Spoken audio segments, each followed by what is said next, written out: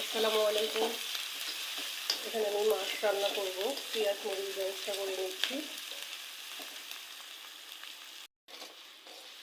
তো মশলাটার মধ্যে আমি একটু পানি অ্যাড করলাম। এখন আমি মাছটা অ্যাড করব এটার মধ্যে। এই মাছগুলি দিয়ে দিচ্ছি। তো মাছগুলি সবগুলি আমি অ্যাড করেছি।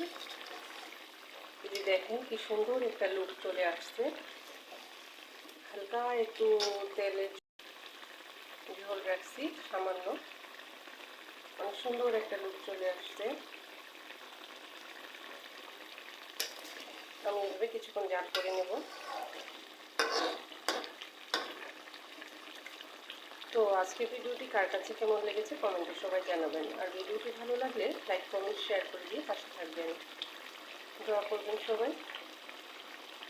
সবাইকে অনেক ধন্যবাদ। আল্লাহ হাফেজ।